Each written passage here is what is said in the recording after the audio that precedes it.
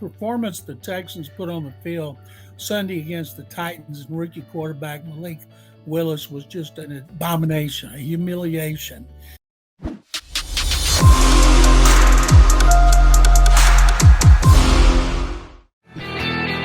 Barrett booked in for Johnny Mack today. Down to Houston for the game tomorrow between the Eagles and the Texans. So I'm going to bring in another John. We lose one John Mack, we add another John Mack. That's not a problem. Lucky enough to get John McClain from GallerySports.com and SportsRadio610.com to jump in with us. Mr. McClain, how's your football season treating you?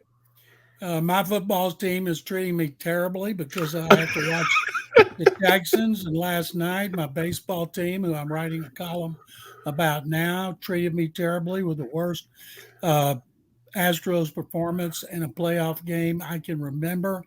And that goes back to their first playoff series in which the Phillies just embarrassed them. And I tweeted last night, it got over 300,000 people talking about it. I said, if you think this is bad, you wait to see what the Eagles are going to do to the Texans. Oh, yeah. I'm guessing that didn't go over with the Houston faithful, but you're probably right about that. I think the Houston faithful, Jody, feels the same way. The performance the Texans put on the field Sunday against the Titans and rookie quarterback Malik Willis was just an abomination, a humiliation. Score of 7 points, and it was much more lopsided than that. At one point, Davis Mills, a disappointing second-year quarterback who played so well over the last 5 games of his rookie season, his rating was 14, and Rex Burkhead, backup running back, threw an incomplete option pass, and his rating was 39.7. And they went on 90-yard drive on the last series of the game to make it look respectable, but it was not. It was disrespectable. And let me ask you about that, John, because I mentioned that right before we punch up to my partner today, Barrett Brooks, ex-NFL lineman. That's what I thought about Mills last year. And I had you on a couple of times where we were talking the Deshaun Watson thing, and you pointed out that the Texans would point out to you, look at Davis Mills' numbers here over the last 5 games. Didn't he have a whole bunch of mop-up situations last year, too, where he actually put up? No, none at all. Okay. After his last 5 games, when he was reinserted into the starting lineup, when Tyrod Taylor, the starter, was terrible, Mills was a different quarterback. 3 of his 5 games, he had a rating of at least 100. Last game of the year, Tennessee came to Houston needing to win to secure home field advantage in the AFC playoffs. Mills had a 128 rating, 3 touchdowns, no interceptions, 70%, 301 yards, and they almost won the game. Titans won at the end by 3. So, no, Davis Mills, I watched every play. He looked really good in the last 5 games, better than any rookie quarterback in the NFL at that point by far. And this year with Pep Hamilton controlling the offense and calling the plays, the offense has been awful, and I think Pep Hamilton has to play a big role in that. Do you think it's more so defensive coordinators watching film on him, having a year to really look at it and see what his inefficiencies are, and that's why going forward they know exactly kind of what he is and they're playing to that? Or is it just he just caught lightning in a bottle last year a couple times? Barrett, he lost his offensive coordinator and play caller. Tim Kelly was fired. He went to the Titans. Head coach David Culley with an offensive background was fired. And his inaccuracy, receivers not getting open, which they did better last year. I don't think that's got anything to do with the defensive coordinators catching up to him. But, defensive coaches usually catch up to offenses, and maybe that's played a role in it, but he just not has played well. He's a hard worker. He's got arm talent. He's got great size, good guys, teammates like him. He just has not been anywhere close to the quarterback we saw at the end of last year. He had 4 100-yard games last year, including the best game of a rookie quarterback in Bill Belichick's history as a coach in the NFL. And then this year, there's no resemblance. It's like Invasion of the Body Snatchers, the old movies. And aliens came down here and took over his body, and those aliens can't find receivers. And I do want to ask about one of those receivers because I know that Brandon Cooks was not practicing with the team, whatever, because of personnel reasons. We all kind of know what the personnel reasons were. He preferred to be traded. The Texans at least were listening to potential trade offers for him. They didn't pull the trigger on a deal, which means he's coming back into the Texans locker room today, and he better because he is their most talented wide receiver right now. How big a mess is this? Did Cooks create it? Did the Texans mishandle this? Is everybody just going to salute when he comes in the door today and everything going to be fine? How do they deal with Brandon Cooks basically rejoining the team after leaving with the belief that he was probably going to be elsewhere before the trade deadline? I've been saying for 2 weeks I didn't think he'd be traded for two reasons. His contract. He signed a new $39 million 2-year deal after last season. I don't feel sorry for him getting $18 million guaranteed next year. And he has not played well this year. He hadn't gotten open. Last series of the last game against the Titans, he had 26 and 44-yard catches, and it's like he was auditioning for other teams. We heard about the Packers, the Rams, the Cowboys, and there was one other, and I can't even remember. There's probably ones we don't know about that were interested. And Brandon's a great guy. He's the least controversial player I've ever seen. 3 minutes after the trade line, he had a cryptic tweet about don't take his kindness for something, and he's been covering up for lies. So this, after the game Thursday night, will be the first time the media's had a chance to talk to him. If he's there and he doesn't bolt, I don't expect him to shine any light on it. I think he will have slept on it, and he'll say all the right things about he was upset. But he sounds like a guy I'd rather have a new zip code. And if you ask everybody on this team right now, would you rather be traded? Probably all would have said, sure. They want to be traded because the team's awful. And if they had traded Cooks, their other starting receiver, Nico Collins, who showed so much promise this season, he's got a growing injury, and he can miss several games. And if you traded Cooks and you lost him, your starting receivers are journeyman Philip Dorsett, Chris Moore, and a guy just elevated from the practice squad, Jalen Camp. So if you're hoping to help Davis Mills in his second season, you don't want him missing his starting receivers. So once the deadline passed Monday, for teams after that deadline, making a deal before the Tuesday trade deadline, you had to absorb all of a contract. Texans couldn't have picked up any of it. This has been going on for 2 weeks. I think if they could have gotten the third round pick, they would have done it. But nobody wanted that fully guaranteed $18 million next season, no matter how well he did. Well, we talk about, Davis Mills and offense and everything else. I'm looking at the defense. You guys got 3 starters that are rookies starting. Jalen Petrie from Baylor, Derek Stingley Jr., and Christian Harris from Alabama. Those 3 guys, the potential those 3 guys hold, I thought they would, come in as starters, and they are starting. But what do you think is the biggest vice of stopping the run? Where does that lie? First of all, the Texans started 8 rookies on Sunday, 5 on defense.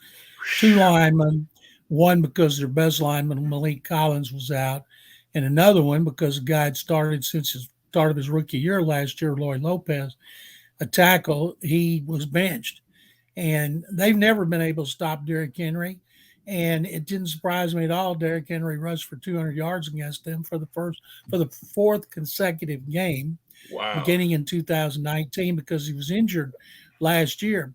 One of the strangest things I've ever seen in 45 years covering the NFL, the Texans have been a pathetic run defense team for 3 years. Coaches and players come and go, schemes change, and they're still awful. Just pathetic. And that was a great example. They're last in the NFL in rushing. Here come the Eagles. I know Jalen Hurts has got to throw a couple of passes for his hometown fans and friends.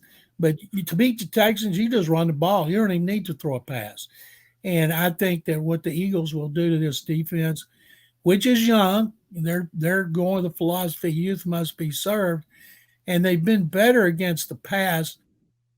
They have the run, but it's just amazing how they continue to be so god awful against the run, no matter who the opponent is or what season it is. It's just a total humiliation. John, let me ask you about a guy that I got to admit I was woefully wrong about. When O.J. Howard came out in the draft 5 years ago, I thought he had a chance to be a Pro Bowl level tight end. Now he's been with several different teams. He's never blossomed anywhere coming out of Alabama the way I thought he would in the NFL. Is with the Texans now. I see he's not putting up any numbers. What happened to this kid? I know you follow college football as well. You're as good a football writer as you are. Maybe I got won over by the significance of Alabama, but I thought this kid had a chance to be not only good, but a star in the league, and he's been anything but. What happened to O.J. Howard? He's bounced around like a pinball. He got great size, 6'6". First game against Indianapolis here, 2020 tie, he had 2 touchdown catches. And we're like, wow, O.J. Howard's finally lived up to being a first-round pick. And he's had injury issues, and he hadn't done squat since. He had a 24-yard catch the other day. They used several tight ends, and none of them has stood out. Jordan Akins, the third-round pick, was let go here, and he was cut. But the Giants put him on the practice squad. He makes one big play a game. But their tight ends don't contribute all Howard's in that mix. He's just been a huge disappointment. Don't know why. I haven't spent much time watching his career since he left Alabama, but he fits right in here, which doesn't mean he's a disappointment.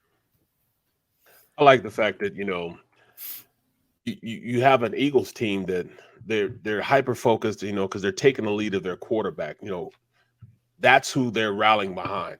Do you guys have anybody in that locker room that you could say, all right, we're going to rally behind this guy. We're going to, he can get things going in the right direction just from who he is as a leader on the team? Who would be that leader on that team that you have that in?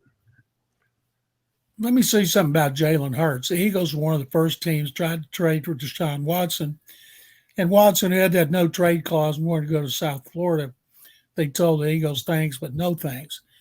Don't you know Howie Roseman is so happy that right. that he didn't get involved in what's happened to Watson.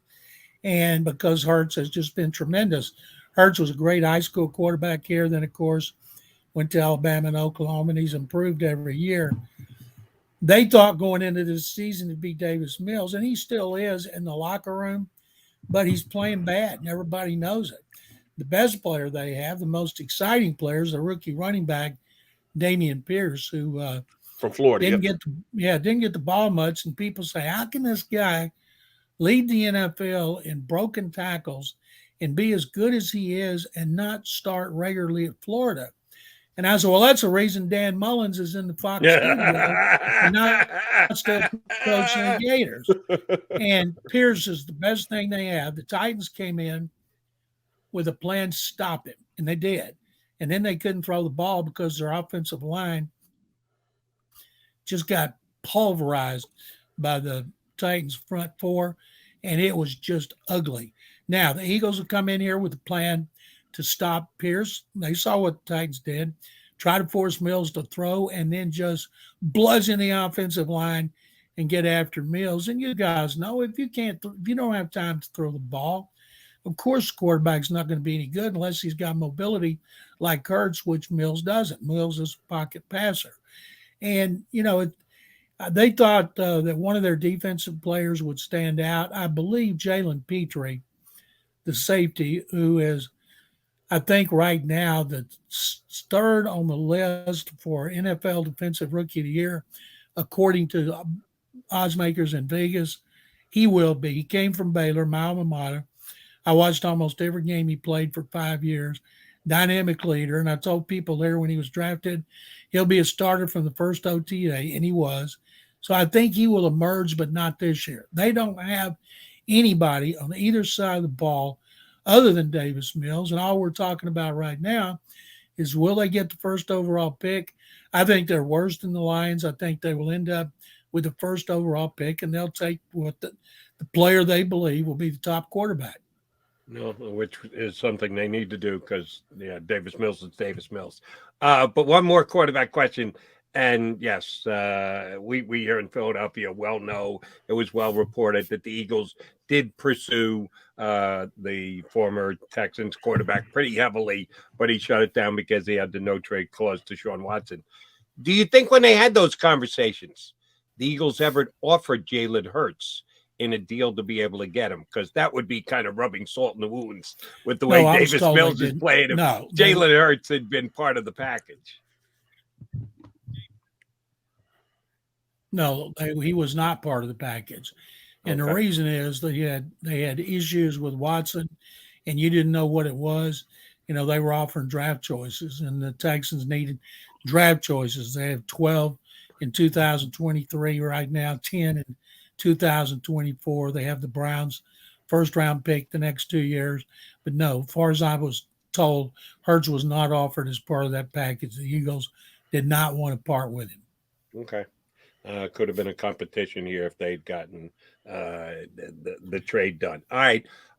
One other guy I wanted to ask you about, John, because I saw his name be at least rumored as potentially being available. He wasn't dealt.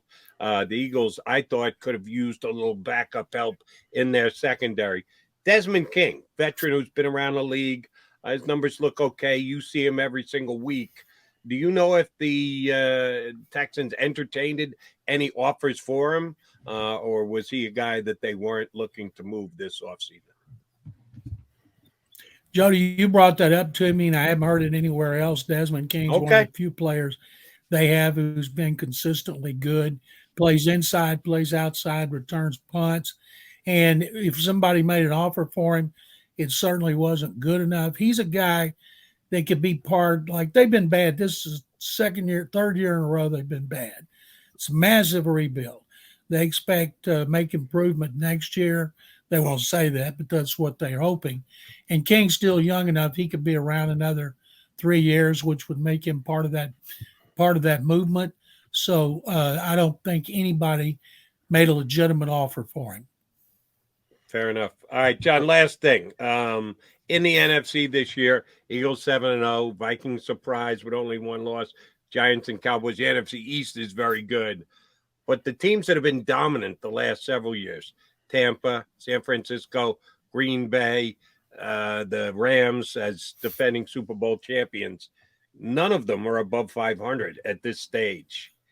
If you had to say one of them is most likely to get it turned around less than midway through the season and be a team, as most people consider to be a major playoff threat when they get there, which of those four struggling preseason favorites in the NFC you think is most likely to get it going? I believe the 49ers are the best team right now, the ones you mentioned, but the NFC South is so miserable.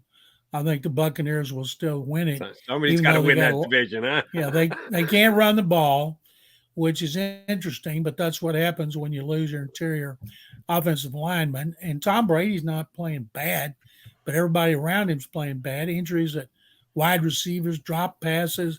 Defense was great in the first game against the Cowboys, hadn't been since. But I think of the teams you mentioned, the one that has the best chance to win the division is them. And then I still can't believe in the Seahawks. People talk about Brian Daboll being the leading candidate to be coach of the year. Nobody has done a better job than Pete Carroll. Nobody expected the Seahawks to be in first place. Absolutely. We all thought they were going to make a run for the top pick in the draft. Yeah. Geno Smith, comeback player of the year. Pete Carroll, coach of the year. Maybe John Schneider, executive of the year. That's a very good point by you. All right, last thing, Johnny Mac. Has Mattress Mac asked you for a loan yet, just in case the Astros don't get this done here in the World Series? I fear for you, my friend, that this week's paycheck might not be exactly what it's supposed to be. Yeah, Mattress Mac, my boss at gallerysports.com, will win $75 million if the Astros win 3 or 4, which doesn't look like it's going to happen. But he never loses money. He does this every year. If you buy $4,000 worth of furniture at Gallery Furniture, and the Astros win the World Series, you get it free, free, free. So everybody runs out and buys millions of dollars worth of furniture. So he bet 10 million. He bet 10 million to win 75 million. And if the Astros win the World Series, he's got 75 mil to pay all those people that bought millions worth of furniture. If the Astros don't, they've already bought over $10 million worth of furniture. Sold, yeah. So he doesn't lose. He knows how to hedge his bets. He does. He That's is the smart. best Okay. at that. Okay. Yes, I see that now. He's a legendary sports wagerer, and he's smart enough to bet on John McClain to write for his website. We bet on John McClain whenever we bring him in. He comes up aces for us. JM, good to catch up, bud. We'll certainly have you on again before the season comes and goes. Thanks for jumping in today. Guys, my pleasure. Thank you very much for having me, and I hope you I can't wish you luck, but Understood. the Eagles We'll don't wish you need luck it. because the I Eagles don't are a even know if the 13-point Phillies- choice. I don't even know if the Phillies need luck right now because both of them are so good. Thank you very much, guys.